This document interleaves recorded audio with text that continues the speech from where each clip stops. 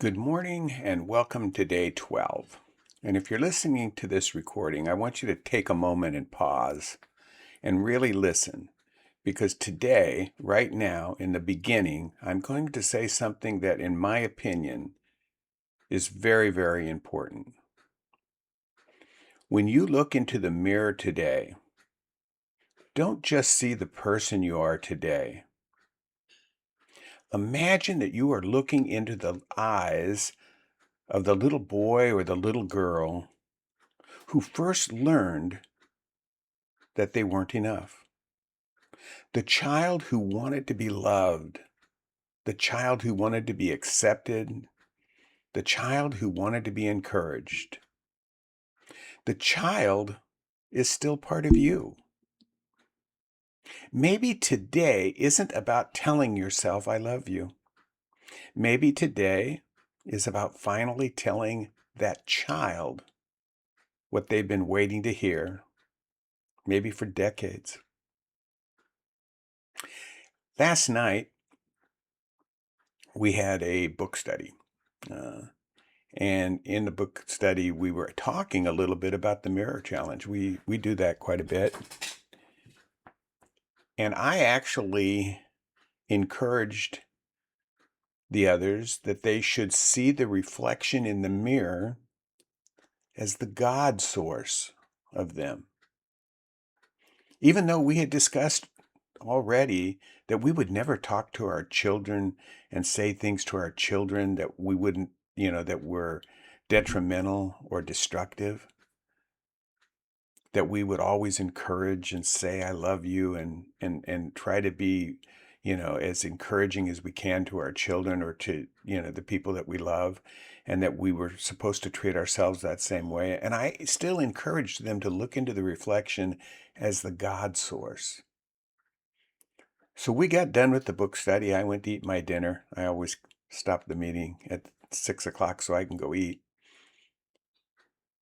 And I thought about that and I thought about it, and it carried over to this morning when I was doing my walk.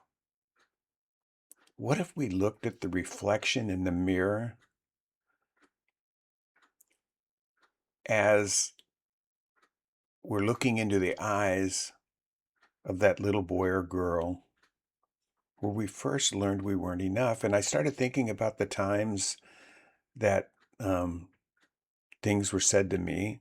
I mean, I can remember, at least for me, I think it was seventh grade. I can't remember exactly what grade, where an English teacher, after we gave a short story, I got graded, and I thought I wrote a tremendous short story, and she told me I had no imagination. And that stuck with me for the longest time.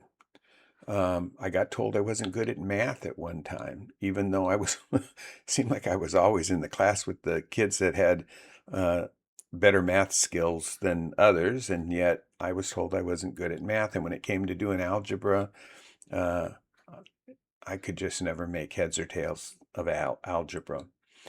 In fact, in college, I took it several times, passed it every time, but never understood it. And I personally believe that is a byproduct of what I was told as a child, because I would go into that algebra class thinking, I'm never going to get this. I'm not good at math. Um, I remember I had a poem. I had a poem that was actually published in a little magazine that went around in the military. I think I got $5 for it.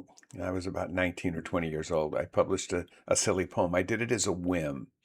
And I remember that was kind of a turning point for me as far as thinking, well, maybe I do have imagination.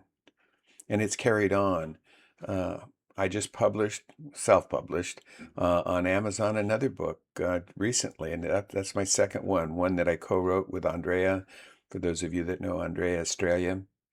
Uh, and then one I just recently wrote that was actually for sale on Amazon as of June 1st, which is The Voice in Your Head. Maybe later this week, I think I get my author's copies and I can share what that book looks like. But I grew up in a household where, first of all, my mother was gone by the time I was 3. And I didn't see her again until I was 19 or so. And that wasn't a very good meeting because I went in there with thoughts of abandonment when I went to see her. But I had the most wonderful stepmother. So I was really, really, really blessed with a fabulous stepmother. But I had a father that I don't ever remember him using the words, I love you. He showed love by supporting his family. He showed his love by uh, not even encouraging us because he was very silent, very quiet. My stepmother did all the encouraging. My stepmother said all the I love yous and those type of things.